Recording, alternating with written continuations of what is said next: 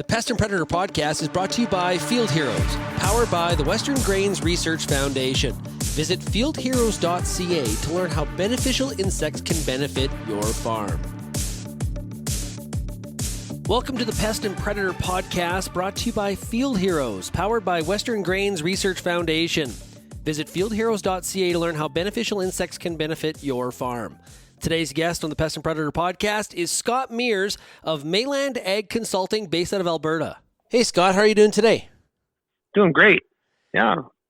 Well, enjoying the nice spring weather. Yeah, absolutely. I'm looking forward to today's discussion. We've been talking to researchers about beneficials on this podcast series, and it's been a lot of fun. And today we're going to talk about an issue of wheat stem sawfly. Now, it's kind of unique because there really isn't a lot of alternatives to control this pest. But boy, if you have wheat stem sawfly, you have got some real yield loss, Scott. Yeah, it's very high. Populations can result in 25-30% losses just from the feeding inside the stem, and then you lose more when the heads drop to the ground. And that's what people usually count as whether we lost half of our heads on the ground. Well, the other half that you saved, probably you're losing 25 to 30% as well. So it can add up big time. What determines the cycle of the wheat stem sawfly? Very weather dependent? It's weather dependent. Yes, we see increases in sawfly in dry weather, and it decreases in wetter seasons. It should say dry seasons, wet seasons. And the interesting thing is the cycle's actually being driven by its natural enemy, but it manifests itself as dry weather, more wheat stem sawfly. Now, we've seen a lot of growers for a while planting varieties like, I remember Lillian, solid stem variety, right? We were seeing some of that, but it not perfect. As a control, I guess, or to defend against the pest. One of the beneficials that can really help us out here is, now let me get this straight, Bracon sephi. Tell me about this. So Bracon sephi is a little orange wasp, and it is a specialist in attacking and killing wheat stem sawfly. It has no other host, so it is very specialized in control of wheat stem sawfly. Okay, so it's the nemesis of wheat stem sawfly. Yes, that's right. So That's how does it do its business? How does it take care of it?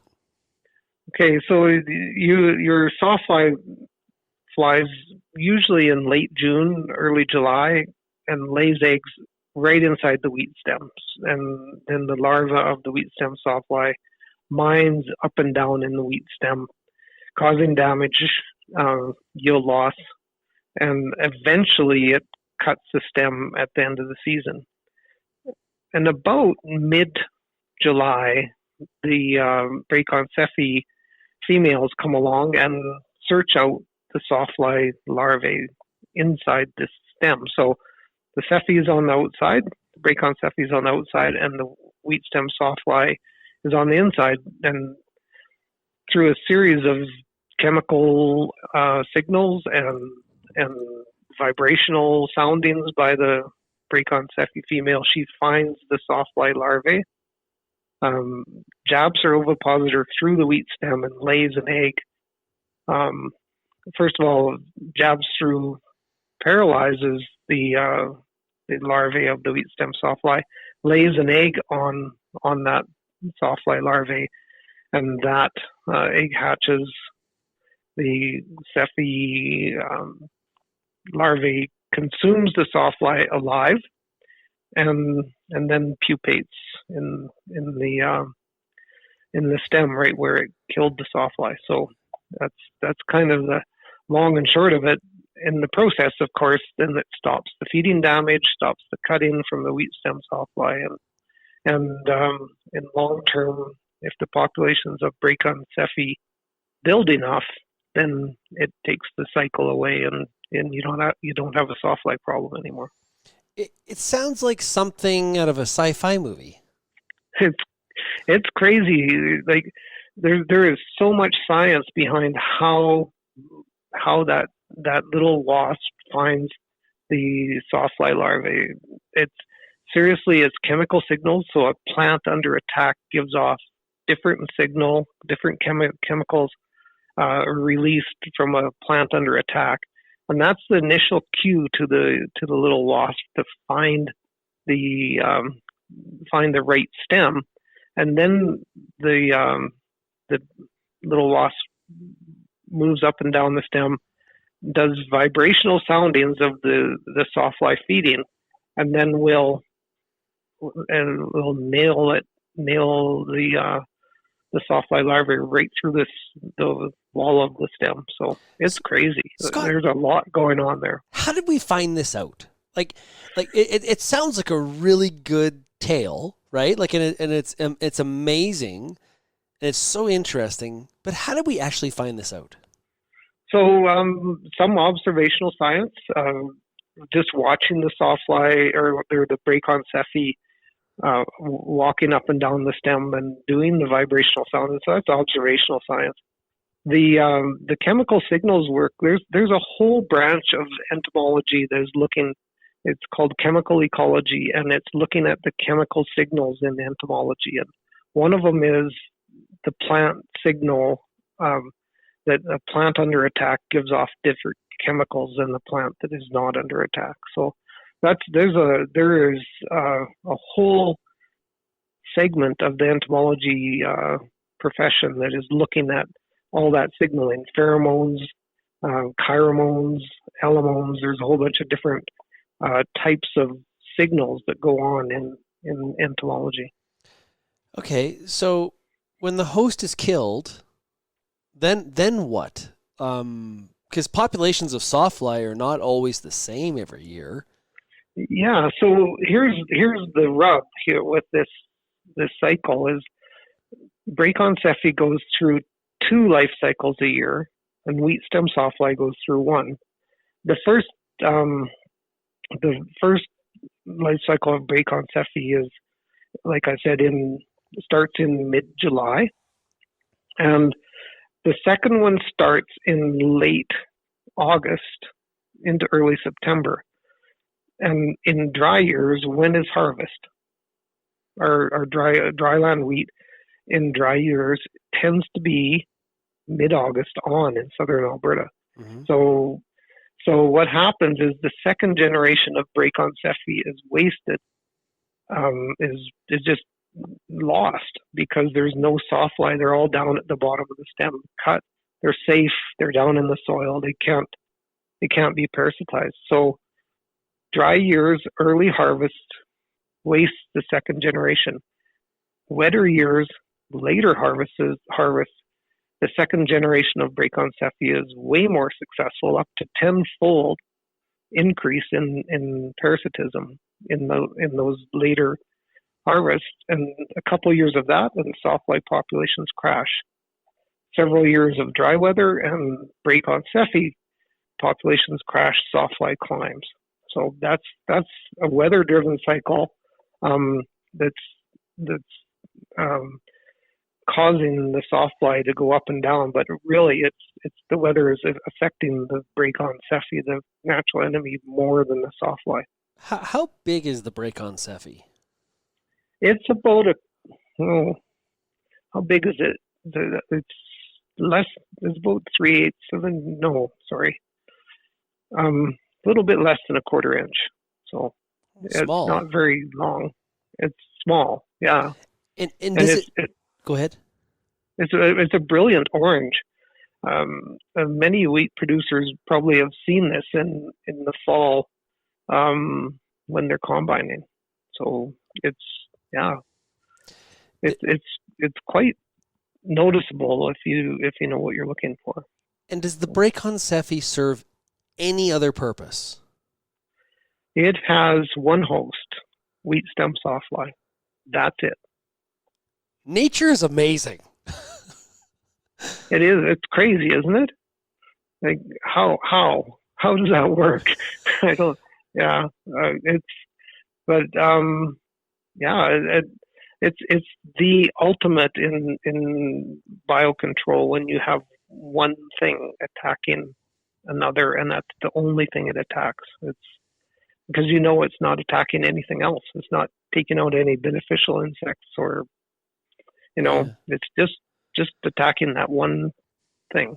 So. And I've all the researchers I've talked to on the Pest and Predator podcast, I think I've asked everybody the same question when it comes to some of these beneficials. Okay, so, and in this case with wheat stem sawfly, I really don't have an insecticide option, right? Is that correct? That's right. Every new class of insecticides have been tested to try and control wheat stem sawfly. It's just not successful. It's the nature of that.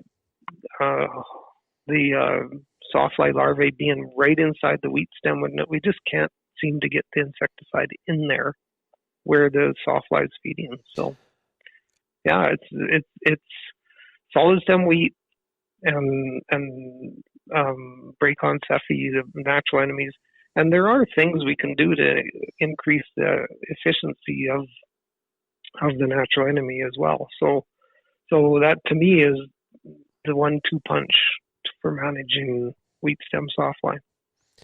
Okay, so how do I increase the population of Bracon sephi? So I think I mentioned earlier that the Bracon sephi pupates and overwinters where it killed the sawfly. So actually my master's degree was looking at where does the sawfly overwinter? And it is the vast majority of I'm sorry, not the sawfly, the parasitoid. The vast majority of the parasitoid Bracon sephi overwinters in the bottom third of the wheat stem. So if we leave a third of the stubble, a third of the standing crop at harvest time, you're leaving the overwintering habitat alone. And that's the number one thing we can do, is not put them through the combine, because when they go through the combine, they're dead. Our new rotary combines, they just chew everything up. Well, we want to chew it up and spread out, right? So we can seed the next year. But leaving that bottom third of the stem, it's critical habitat. That's the number one thing we can do. But when we have sawfly, what do?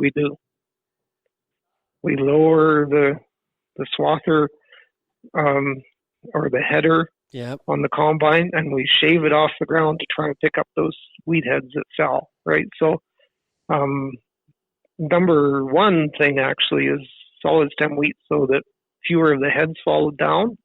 Number two, you leave a little more height. Number three, you don't till your land, which we've moved to zero till. Wheat stem sawfly can dig themselves out of the soil. Bracon sephi cannot. So if you bury that stubble, it's the Bracon sephi are done as well. So there's a number of things we can do, but those are the big ones. Is don't put it through the combine. It's almost like this ecosystem battle. The sawfly cuts, which sort of tricks the farmer into cutting low, which decreases the population of it's like this cycle. It's like you're a part of something bigger than you really think. Yeah, and I think you look around agriculture and find those kind of examples everywhere, where we actually think we're doing the right thing, but we're working against ourselves. So yeah, interesting stuff. Yeah, a lot of times when we spray and we don't have to, we're actually working against ourselves, because Mother Nature's going to look after those insects. They're going to bring those populations down. But if we spray, we take out all of our beneficial insects, and we perpetuate our problem. So it's it's far better known in the orchard industry, but it's called the pesticide cycle, or where you spray, so therefore you have to spray, and then you have to spray again, because all your natural enemies are gone and there's no balance left. So yeah, we were talking about this before we started this interview, but it's a little bit different way of thinking, and I think agriculture is starting to do that, where we're thinking about what are the repercussions over and above what I'm trying to do. Yeah, those thresholds are there for a reason, right? And just because you see one pest, if it's not over the threshold, you really do need to make that decision and think about, okay, if I do this, what's the effect, so to speak, and what is happening to some of my beneficial populations. Hey, Scott, this has been fantastic. Thank you very much, and look forward to talking to you again soon. Yeah, anytime, Sean, as well. The Pests Predators podcast is brought to you by Field Heroes, powered by the Western Grains Research Foundation. Visit fieldheroes.ca to learn how beneficial insects can benefit your farm.